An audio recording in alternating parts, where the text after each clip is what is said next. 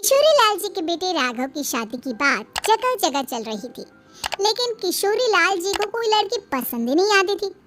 और उसकी एक ही वजह थी, किशोरी लाल जी का लालची होना।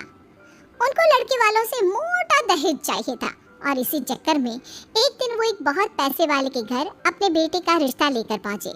उस आदमी का नाम था ओम प्रकाश। देखिए किशोरी लाल जी, मेरी एक ही बेटी है और मेरी सारी संपत्ति जायदाद सब कुछ मेरी बेटी नैना का ही है। पापा, नाम से लगता है बहुत खूबसूरत होगी। कितना अच्छा नाम है ना, नैना। ओ वैसे बात तो सही है आपकी। अब इतना पैसा है, जमीन जायदाद है, इकलौती बेटी, आप भी क्या करेंगे? सब कुछ उसे ही देंगे ना। बिल्कुल ठीक पहचाना आपने। बस बेटी की शादी और सारी जायदाद उसके नाम। पापा, बिना देखे हाँ कर दीजिए ना, इतना अच्छा रिश्ता फिर कहाँ मिलेगा? माला माल हो जाएंगे हम।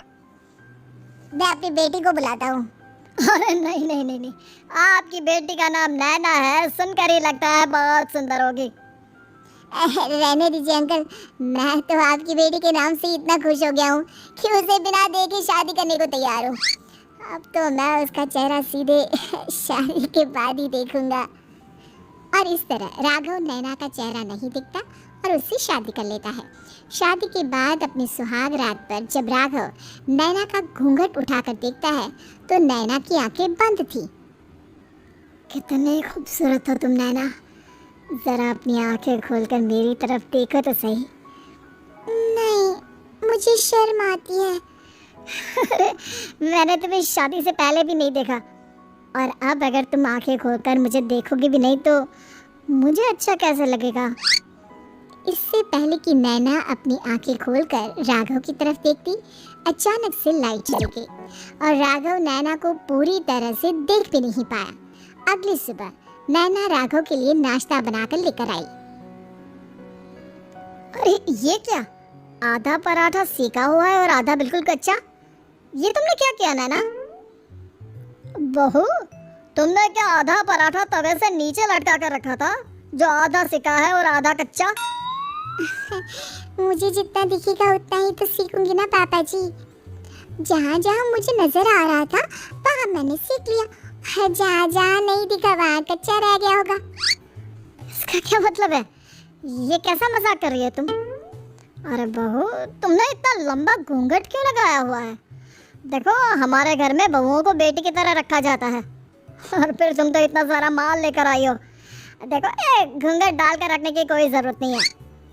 हाँ नैना, पापा जी ठीक कह रहे हैं, तुम तो आराम से रहो, अपना ही घर समझो। नैना अचानक से अपना घूंघट उठा लेती है। अरे ये क्या पापा, नैना की तो एक आंख फूटी हुई है। नाम से नैना, लेकिन ये तो कानी बहू निकली। मेरे साथ धोखा हुआ है, धोखा। बिना दिखाए अपनी कानी लड़की मेरे संग प्यार दी, मुझे कानी बीवी नहीं चाहिए। मुझे अभी ओम प्रकाश जी से बात करनी पड़ेगी।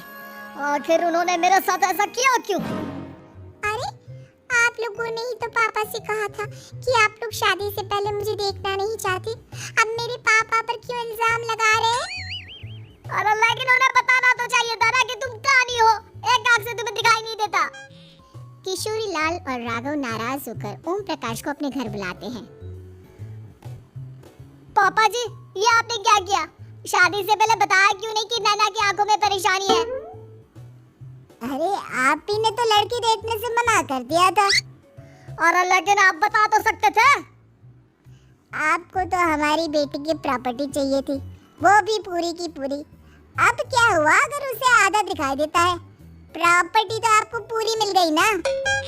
और ये क्या बात हुई? मेरी शादी प्रॉपर्टी से नहीं, आपकी बेटी से हुई है। अब ये तो पहले सोचना चाहिए था, तब तो मेरी प्रॉपर्टी देखकर तुम्हारी जुबान लप-लपा रही थी। लेकिन मैं कानी लड़की को अपनी बीवी बनाकर नहीं रख सकता। पापा, कुछ करिए ना आप। हाँ, करता हूँ। देखिए ओम प्रकाश जी, आप हमारे साथ ऐसा नहीं कर सकते। और तुम देखो, अगर तुमने मेरी बेटी से शादी तोड़ी ना तो जो भी प्रॉपर्टी मैंने तुम्हें दी है वो तो पूरी की पूरी वापस ले ही लूंगा, और आधी प्रॉपर्टी तुम्हारी भी लूंगा। अरे मेरी आधी प्रॉपर्टी भला क्यों लेंगे आप? इसलिए क्योंकि मेरी बेटी को आधा नजर आता है और उसकी नजर अभी तक तुम्हारी आधी जायदाद पर ही पड़ी है। अब तुम उसे घर से निकालोगे तो कुछ तो लेकर जाएगी ना। और अगर हम आपकी बेटी को अपने घर की बहू बनाकर रखे तो?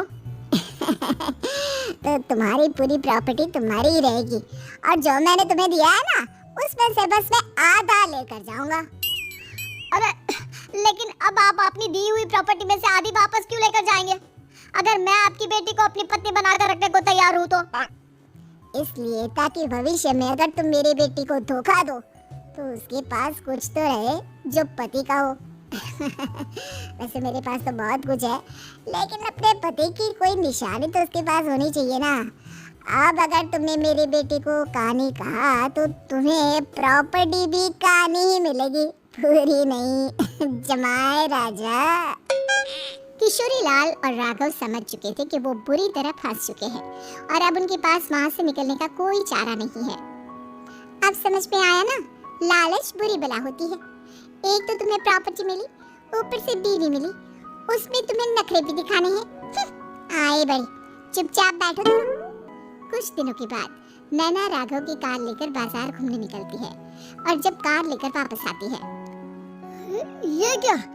एक तरफ से मेरी गाड़ी पूरी खराब हो चुकी है। लगता है तुमने मेरी गाड़ी को किसी दूसरी गाड़ी के साथ एक्सीडेंट किया है। अरे अरे कितना बड़ा नुकसान कर दिया तुमने बहू। वो क्या है ना पापा जी, मुझे एक आंख से दिखाई नहीं दे रहा था, सामने से गाड़ी आ रही थी। मुझे तो सिर्फ आधा ही दिखाई दिया और वो गाड़ी मेरी कार से रगड़ते हुए निकल गई। अब मैं क्या करूं बताओ? आप इसे ठीक कराने के पैसे कौन देगा? तुम्हारे पापा? तुमने मुझसे इस तरह से बात की? अभी रुको। नैना राघव की शिकायत ओम प्रकाश को कर देती है।